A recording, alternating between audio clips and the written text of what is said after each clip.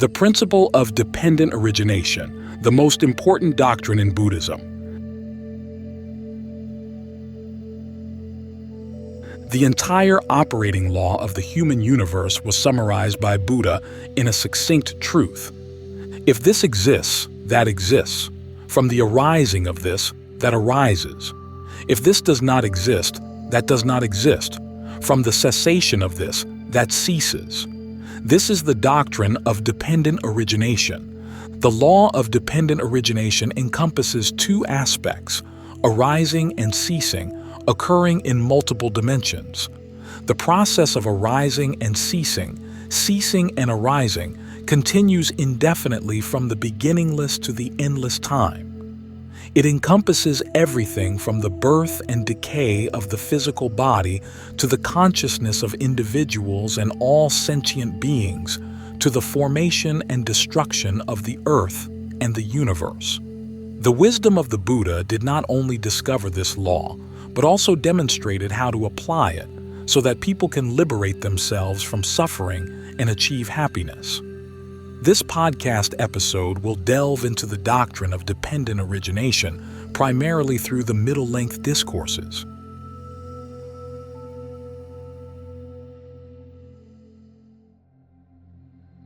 Chapter 1. The core doctrine in Buddhism, displayed in the world.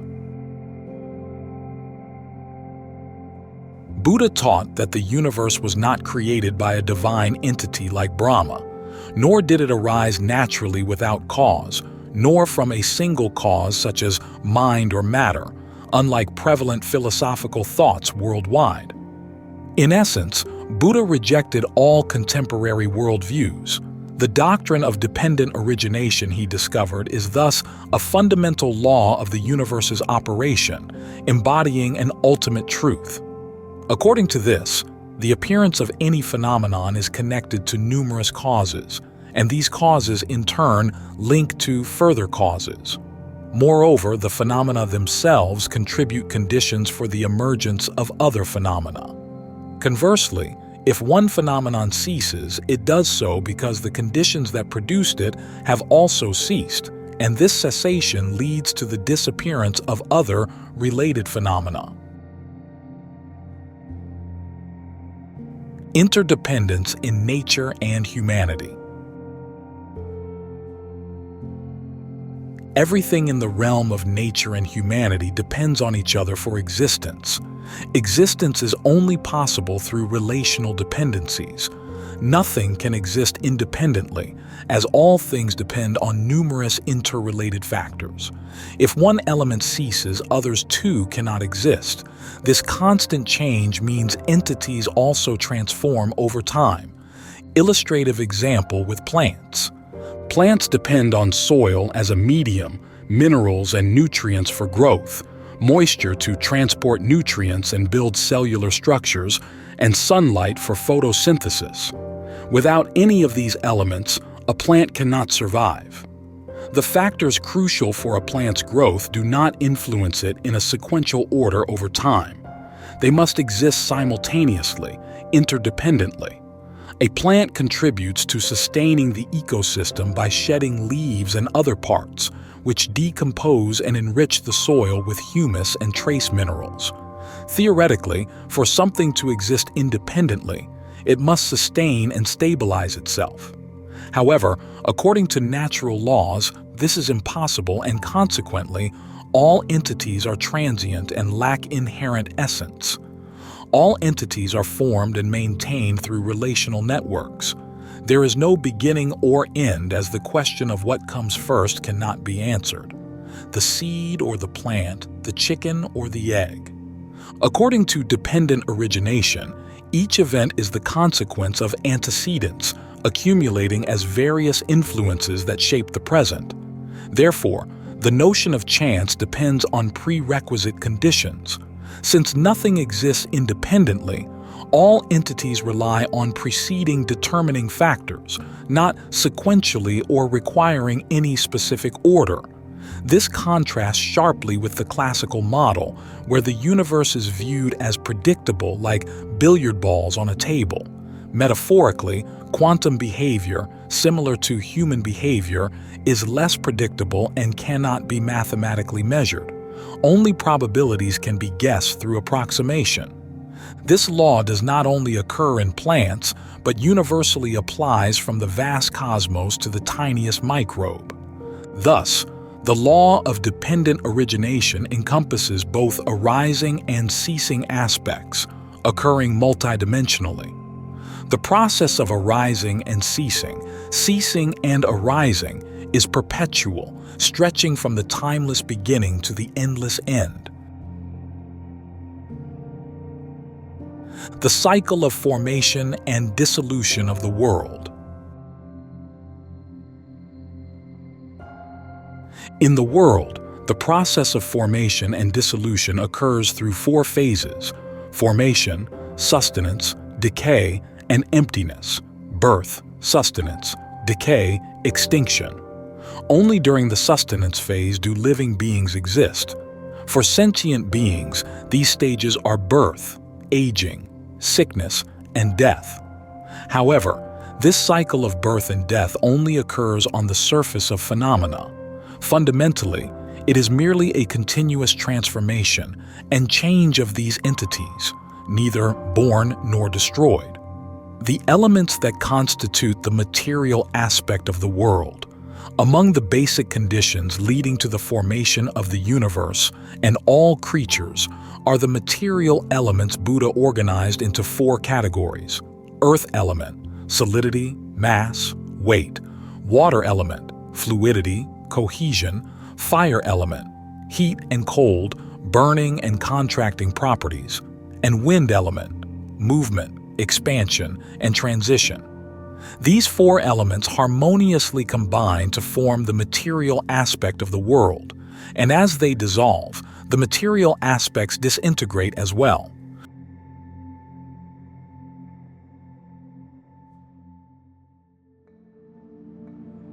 Chapter 2. The doctrine of dependent origination expressed in the human condition. The elements that constitute a human being or sentient being, according to the doctrine of dependent origination, arise from multifaceted conditions, not solely from material or mental origins, and certainly not from divine creation or random emergence without cause. Buddha elaborated in many sutras that humans are formed from two groups of elements: the material group, rupa, composed of the four great elements, earth, water, fire, air, and the mental group, nama, consisting of four aggregates: sensation, perception, volitional formations, and consciousness. These material and mental groups together are called the five aggregates: rupa, vedana, sanya, sankhara, vijnana. The term aggregate in Pali, khandha, means pile or group. These are merely collections, subject to arising and passing away beyond subjective desire. Thus, there is nothing that can be identified as self or ego. Nor is there any divine being controlling this process of arising and cessation. Everything operates according to the universe's law of dependent origination. In the greater discourse on the destruction of craving, the Buddha describes four basic conditions leading to conception: the father's seed, the mother's egg, the mother's fertility cycle, and the presence of the gandhava, a condition linked to the mental factor. And monks, when the mother and father come together, and the mother is in her fertile period, and the gandhava is present, with these three conditions met, the embryo is formed. Middle-Length Discourses, MN 38, Mahatanha Sankhya Sutta. From the time spent in the womb to birth, and then to maturity, the material elements, rupa, develop through the four great elements, nourished by the mother's blood in the womb, her milk post-birth, and food as one grows.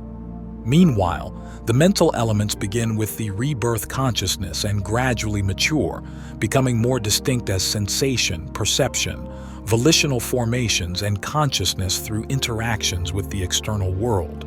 Buddha extensively explains the material phenomena: internal forms, internal earth element, internal water element, internal fire element, internal air element, external forms, external earth element, external water element, external fire element, external air element.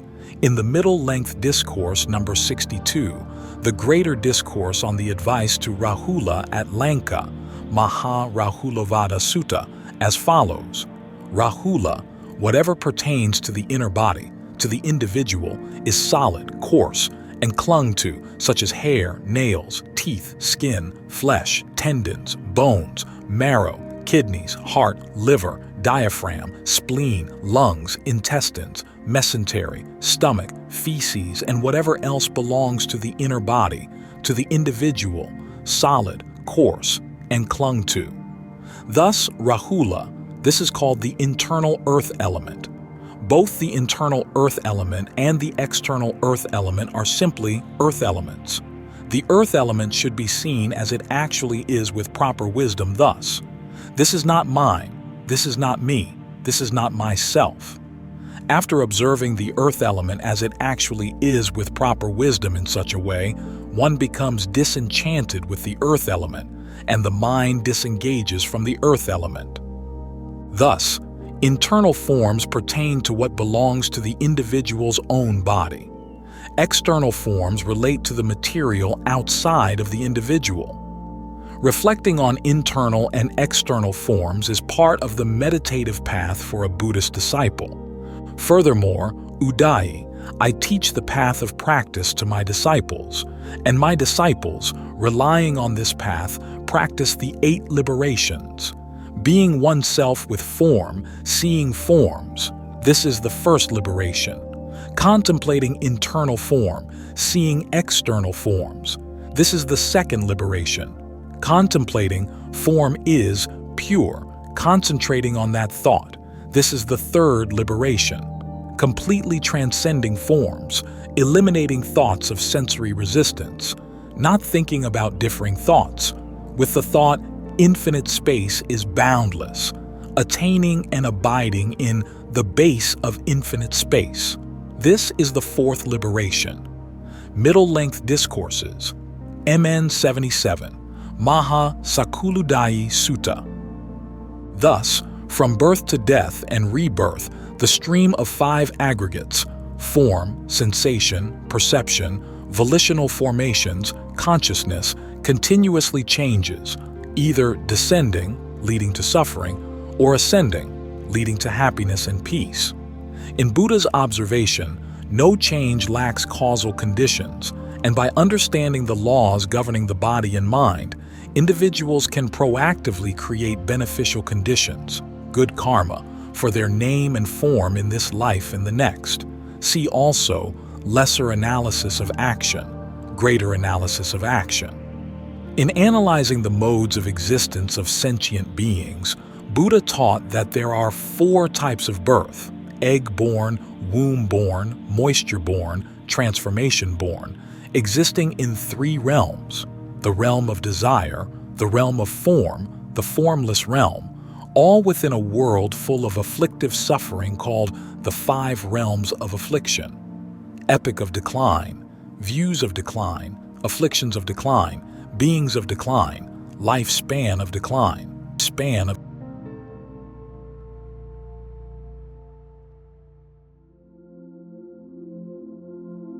the 12 links, the cycles of birth and death in life.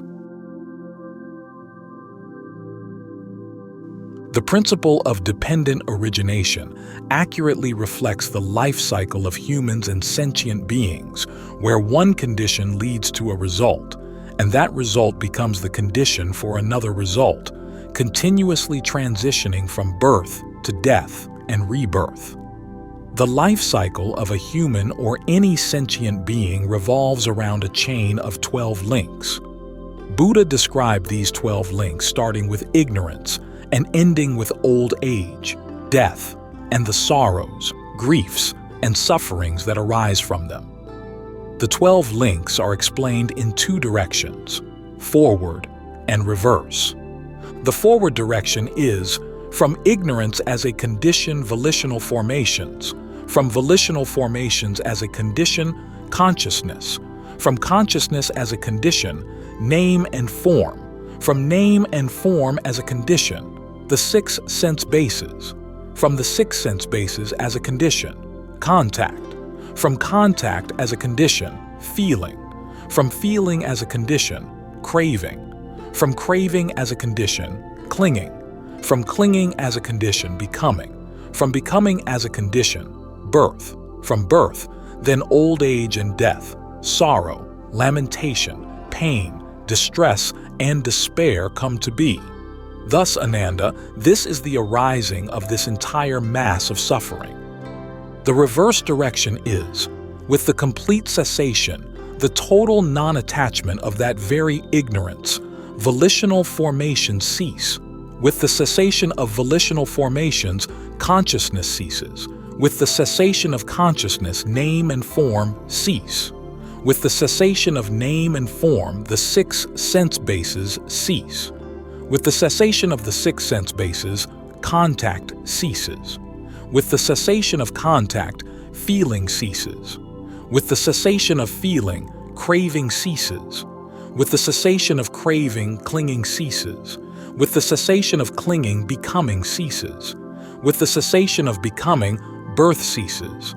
With the cessation of birth, old age and death, sorrow, lamentation, pain, distress, and despair completely cease. Thus is the complete cessation of this entire mass of suffering. Here, according to our research group, the term condition can be interpreted as conditioning/causing/initiating. For example, feeling conditions craving would mean that feeling acts as the condition/causes/initiates craving. That is, feeling causes craving to arise.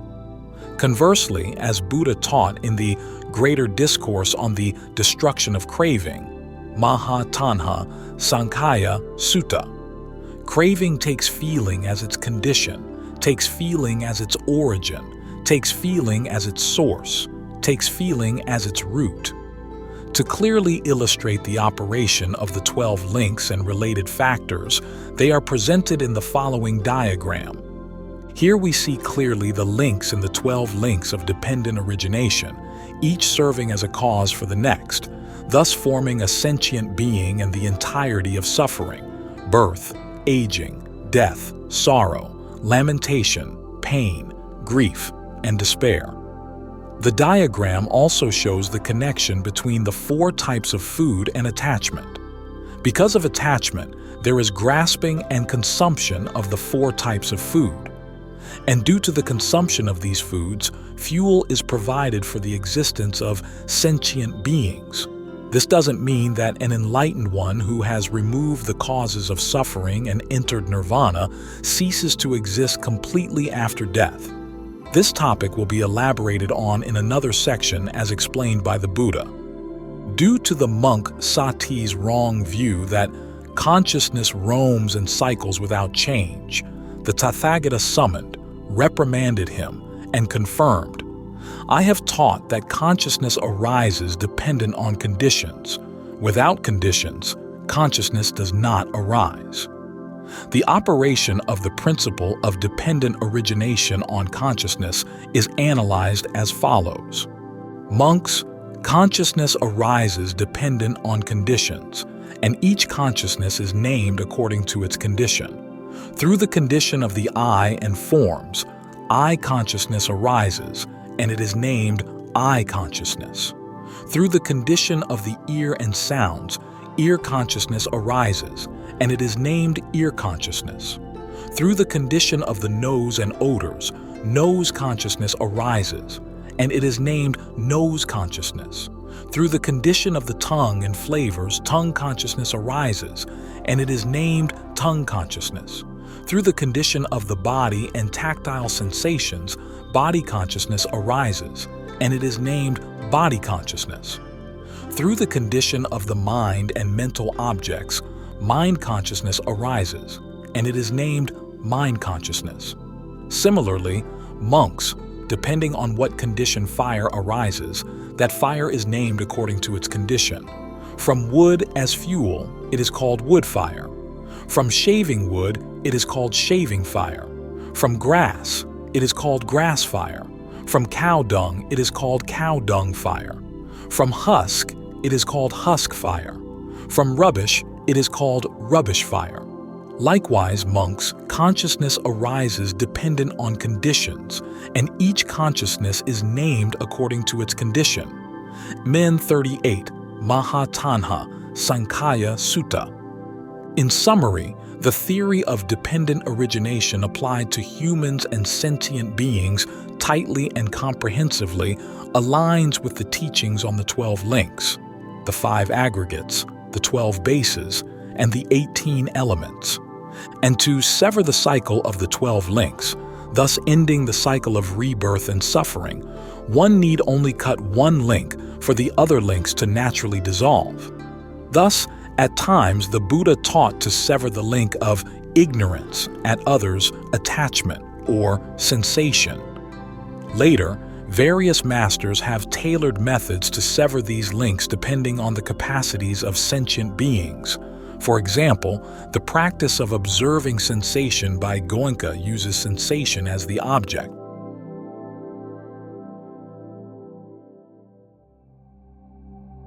Chapter 4. Conclusion.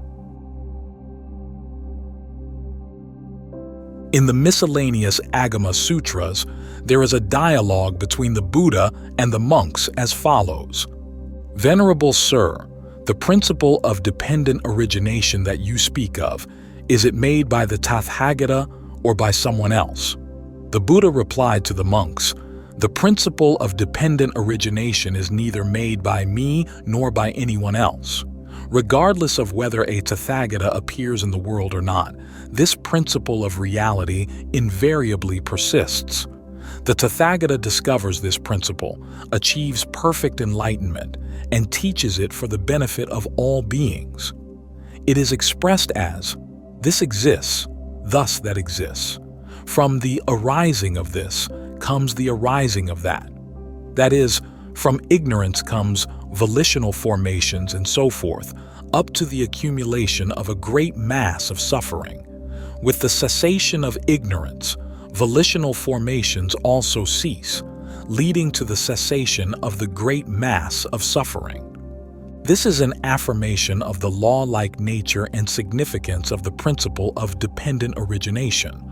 Regarding the doctrine of dependent origination, it's difficult to claim a complete understanding, not to mention that this article is just a scholarly exploration, not a realization of enlightenment. Surely the understanding and presentation here cannot fully capture the profundity of such a profound teaching. We recognize that studying the scriptures is a long process of learning, reflecting, and practicing, which cannot be mastered overnight or fully applied instantly. This is compounded by the disparities in time and context, making many scriptural references quite alien to the contemporary reader. Therefore, the endeavor to study the scriptures requires immense patience in reading and rereading, researching terms, comparing various translations, and more. However, today, both ordained and lay practitioners face numerous challenges in their scriptural studies, including, firstly, the level of scholarship, language proficiency, and access to scriptures among the Buddhist community are quite limited. Most scriptures, especially those from the Nikaya and Agama collections, are seldom discussed widely among the general public and even among many educated Buddhists, including in monastic settings. In Dharma talks, teachings are often loosely quoted as the Buddha said without clear sources, and sometimes even the person quoting is not aware of the exact origin. During chanting sessions in temples, the presence of Nikaya or Agama scriptures is rare. Sometimes in certain practice settings, practitioners are even lulled into believing that it is enough to have faith without understanding or seeking further knowledge, which transforms Buddhism from a path of wisdom to one of blind faith, resembling theocratic religions of the past. It's unfortunate that this approach is not just taught to the elderly, but many young practitioners also sincerely embrace it, rejecting further study and contemplation even when they are still nascent in their spiritual journey. Perhaps initiatives like reading campaigns organized by bookstores could inject some vitality into scriptural studies, albeit a bit noisy in a secular manner. Preachers themselves need to continuously deepen their knowledge of Buddhist teachings and diligently clarify sources during teachings as much as possible to train listeners about scripture names, not to mention content. Chanting practices in temples should be more varied to prevent mental stagnation, avoid becoming mechanical, and introduce more of the Nikaya and Agama texts. Secondly, the language in the Nikaya and Agama scriptures is somewhat archaic, making it difficult for many to read and understand. Therefore, the teachings closest to the original spirit of Buddhism become alien to most Buddhists. This opens the door to the sacralization and ritualization of Buddhism, leading in some cases to moving people away from the true Dharma. The above are just some sketches on creating an open learning environment for Buddhism, where precious scriptures do not become outdated, obscure, and unfamiliar to practitioners. Hopefully, in the not-too-distant future, Buddhism in our country will flourish not only in the number of followers and temples, but also in the depth of study and realization.